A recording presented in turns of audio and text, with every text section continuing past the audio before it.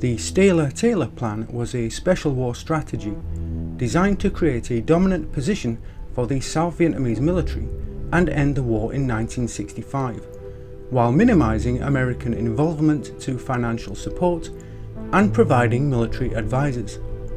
In this video, we will discuss the details of the plan, how it developed, its eventual failure, and the arrival of American combat forces. The United States maintained a policy of flexible reaction to deal with the spread of communism in the 1960s, with the aim of avoiding direct conflict with the Soviet Union. South Vietnam had become the focal point of American interests in Southeast Asia, and the special war strategy developed by economist Dr. Eugene Staley of the Stanford Research Institute and General Maxwell D. Taylor, commander of the US military in Vietnam, was published in May 1961. The plan was to be implemented over 4 years, from 1961 to 1965, with the goal of pacifying South Vietnam within 18 months and giving the Army of the Republic of Vietnam a dominant position on the battlefield. The plan had 3 phases. In the first, the South was to be pacified from mid-1961 through the Strategic Hamlet Program. The second phase would begin at the start of 1963, when the economy would be restored, the army strengthened, and pacification would be complete.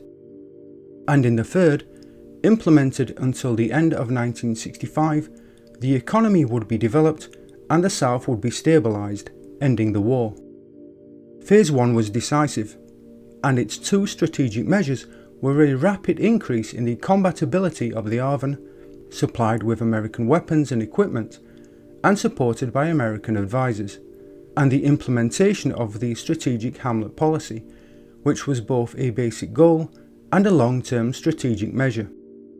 The ARVN would control South Vietnam, while the Strategic Hamlets managed the people, isolating them from the National Liberation Front of South Vietnam, popularly known as the Viet Cong.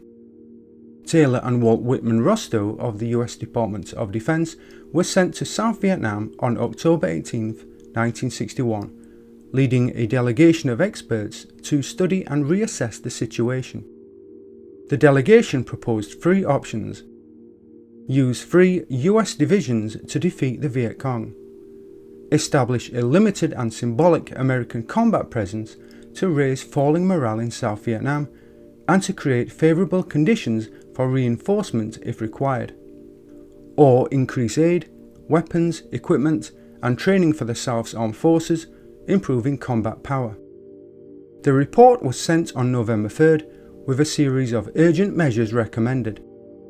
Administrative advisors to join the government to take the necessary measures to improve the military and political intelligence network in the government and army. Investigate the factors related to counter-insurgency work in the provinces to create a basis for more effective measures.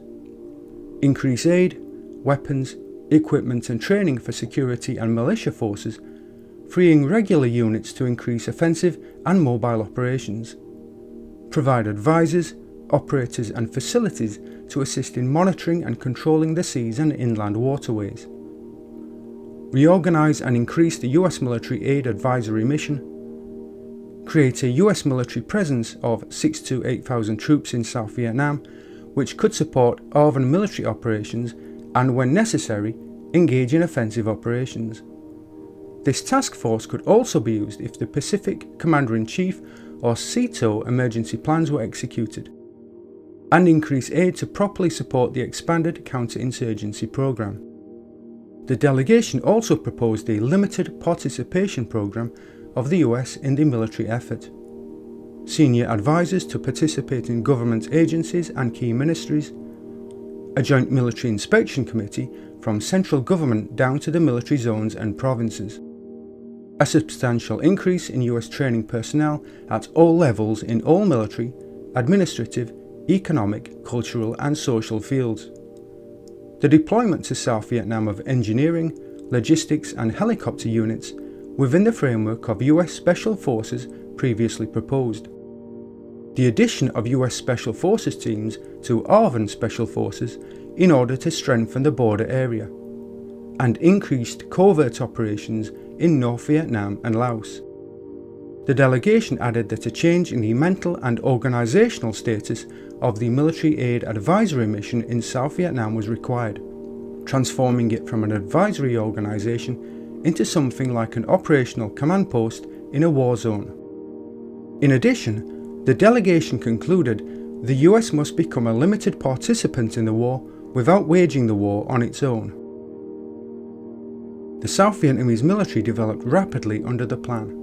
Within 18 months, it had grown to 355,000 troops, 200,000 of which were regular forces with modern equipment, and it had 257 fighter aircraft and 346 armoured vehicles.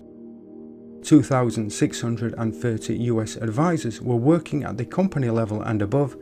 8,280 US Special Forces soldiers were in South Vietnam, and Military Assistance Advisory Group, or MAG, was replaced with Military Assistance Command Vietnam, or MACV, in early 1962, led by General Paul Hawkins. By the end of 1962, 4,000 sweeps had been carried out in support of the Strategic Hamlet Programme, with 9,095 hamlets built by early 1963, housing 8 million people, or 40% of the population of South Vietnam. However, after disastrous combat with the Viet Cong at Tak Bac in January 1963 and Binh Gia in December 1964, the US feared the ARVN was close to collapse, and Secretary of Defense McNamara reported that out of 44 provinces, up to 50% were controlled by the Viet Cong.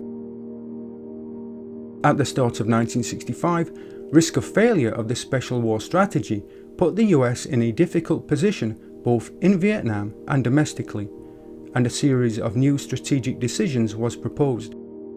On March 8, 1965, 3,500 US Marines landed at Da Nang, and the Staley-Taylor Plan officially ended. The war was entering a new phase, in which US soldiers would participate directly.